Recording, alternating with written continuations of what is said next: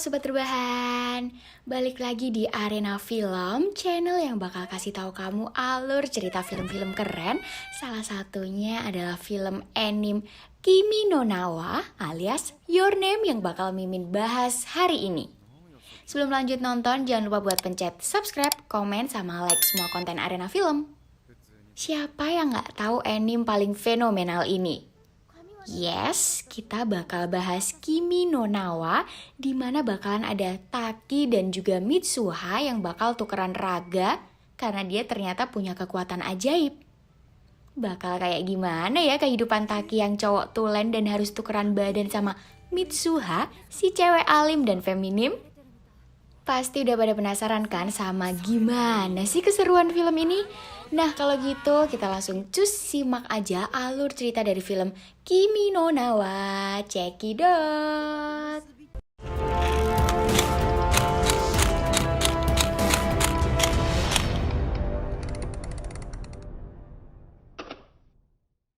Awal dari film ini nampilin Mitsuha yang baru aja bangun tidur dan terkaget-kaget soalnya di dalam dirinya ada jiwanya si Taki yang sekarang lagi ketukar sama dia. Taki ngerasa kaget banget karena bangun-bangun udah ada di dalam tubuhnya Mitsuha dan dia masih bingung banget ngeliat sekelilingnya. Terus muncullah adiknya si Mitsuha yang namanya Yotsuha yang kaget banget abis ngegepin kakaknya pegang-pegang badannya. Taki ini rasanya masih kayak gak percaya banget kalau sekarang dia terperangkap di dalam tubuh seorang cewek yang dia sendiri gak tahu cewek ini siapa. Keesokan paginya, jiwa Mitsuha balik lagi ke tubuhnya dan bikin adik dan juga neneknya ngerasa kalau Mitsuha sekarang balik normal.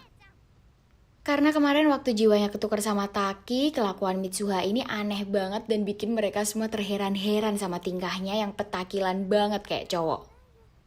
Mitsuha terus berangkat ke sekolah bareng sama adiknya dan gak lama dia terus ketemu sama dua sahabatnya yaitu Sayaka dan Teshi. Mereka berdua juga nanyain kenapa Mitsuha hari ini kelihatan lebih waras daripada kemarin. Otomatis Mitsuha bingung banget denger cerita mereka kalau dia kemarin kelihatan kayak orang stres dan temperamen banget.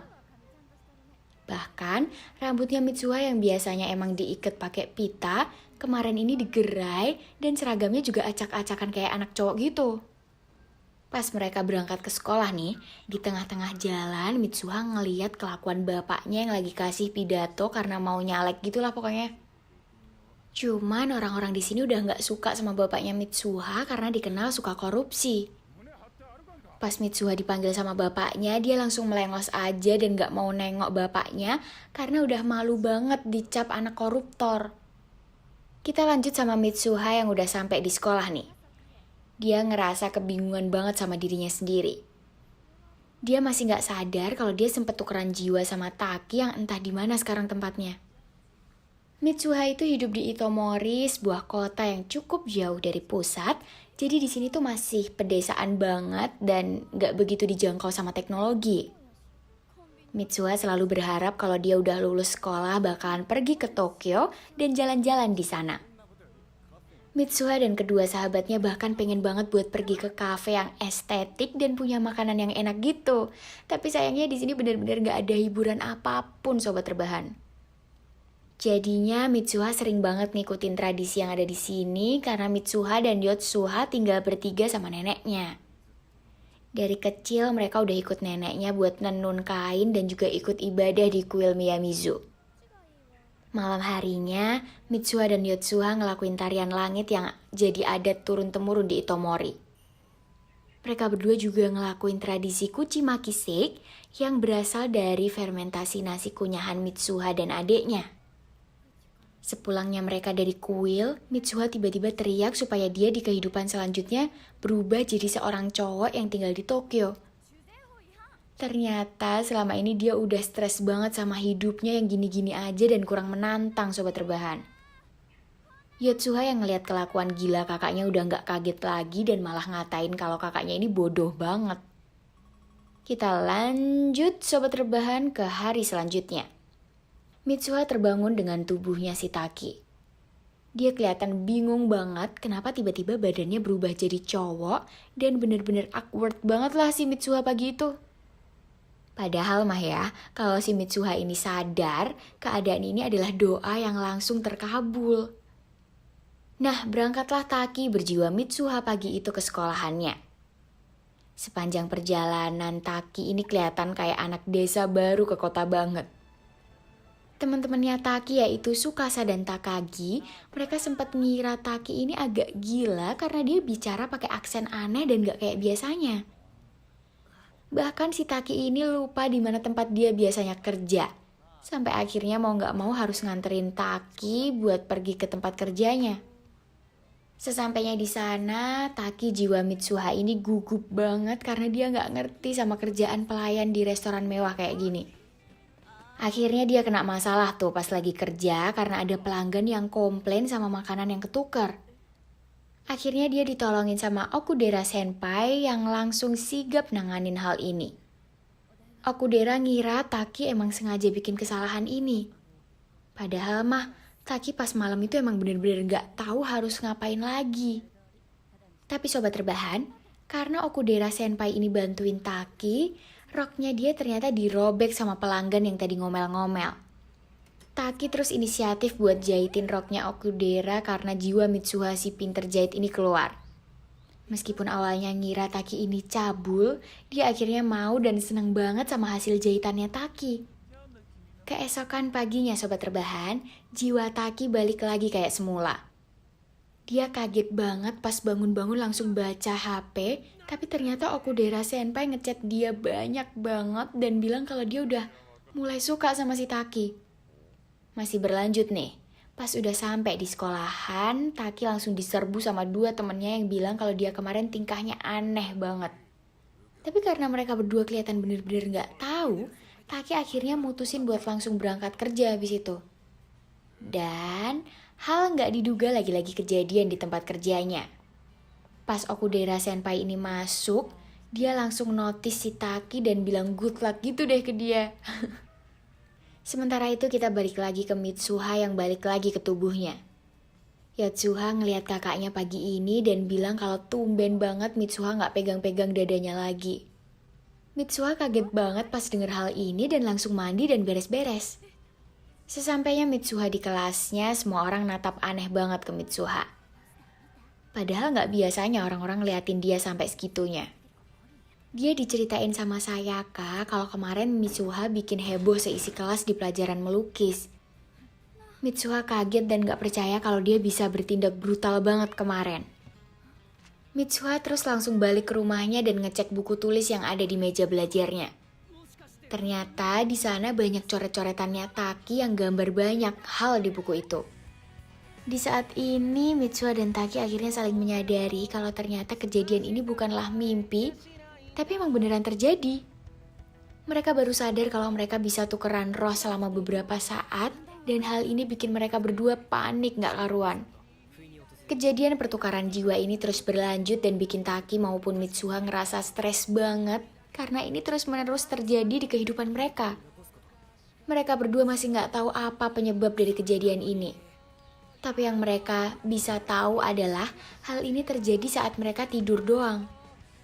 Akhirnya mereka berdua bikin tuh peraturan buat masing-masing supaya kehidupan mereka gak berubah meskipun lagi tukeran tubuh.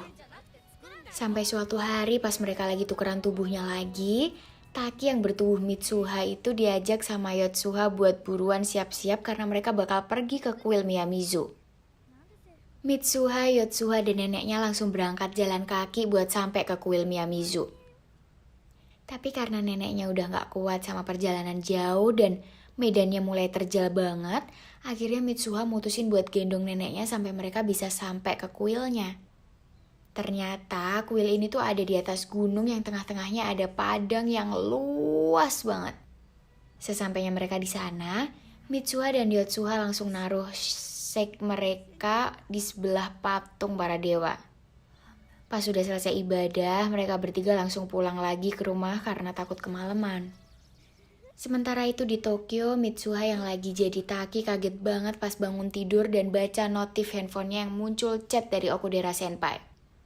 Ternyata mereka berdua berencana buat pergi bareng, tapi Taki lupa sama hal ini dan langsung buru-buru buat siap-siap dan nyusulin Okudera.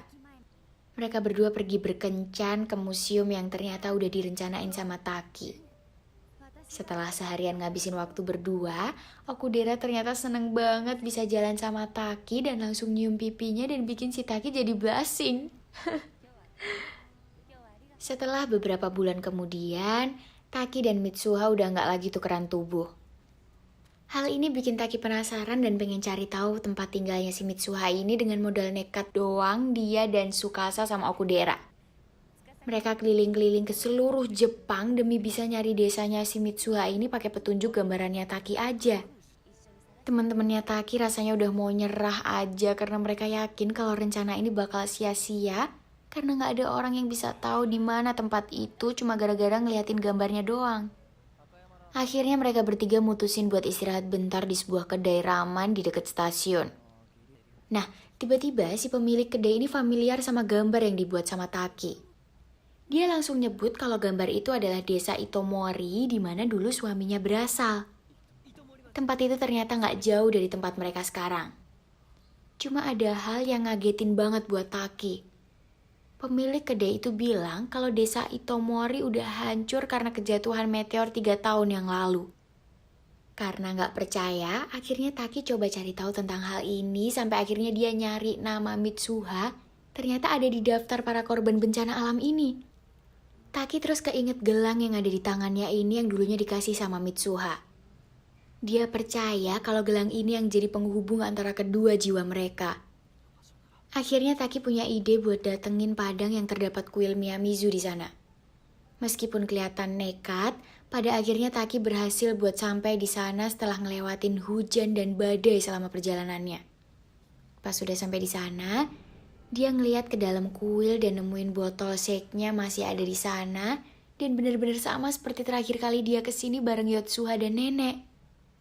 Kali ini Taki punya misi supaya dia bisa balik lagi ke tubuhnya Mitsuha dan nyelamatin semua penduduk Itomori dari komet yang hancurin desa mereka.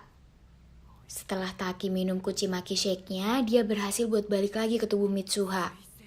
Dia terus keluar dari kamarnya dan ketemu sama nenek.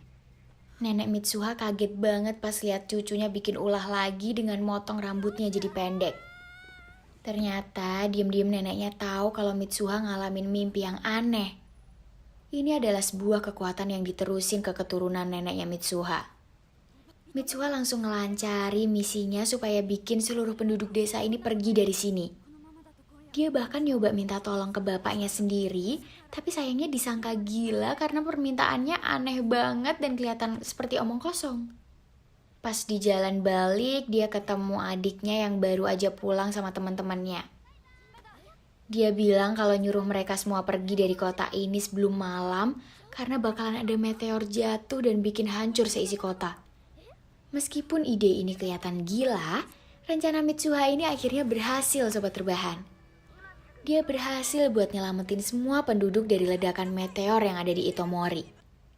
Saat hal ini terjadi, ingatan milik Taki pun langsung hilang. Dia gak bisa nginget apapun dari hal ini, cuma ngerasa kalau hatinya ini deket banget sama Itomori. Dan begitulah rangkuman alur cerita dari Kimi no Na wa kali ini. Gimana sobat rebahan? Seru banget kan kisahnya Taki dan Mitsuha kali ini? Kalian wajib banget sih nonton full movie-nya. Oh ya sobat rebahan, habis ini enaknya Arena Film bahas film apa lagi ya sobat rebahan? Komen di bawah dong, Mimin udah kehabisan ide nih. Jangan lupa buat nyalain lonceng notifikasinya biar kalian gak pernah ketinggalan konten terbaru dari Arena Film. Tetap patuhi protokol kesehatan dan stay di rumah aja kalau gak ada keperluan buat keluar ya sobat rebahan. See you in the next video. Bye-bye.